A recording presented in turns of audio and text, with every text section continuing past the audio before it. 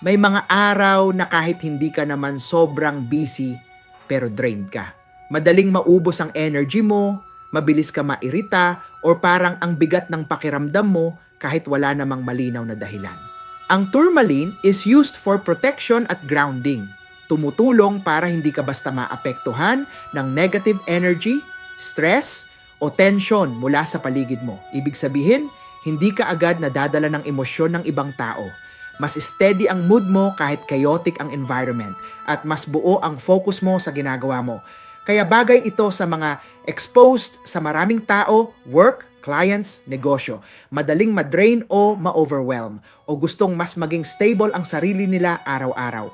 Kapag mas protected ang energy mo, mas nagiging consistent ang galaw mo, hindi ka madaling matibag ng stress o negativity, hindi mo kontrolado ang paligid mo, pero kaya mong kontrolin kung gaano ka naapektuhan nito. Hi, I'm Master Hans, the Philippines' most trusted celebrity feng shui expert.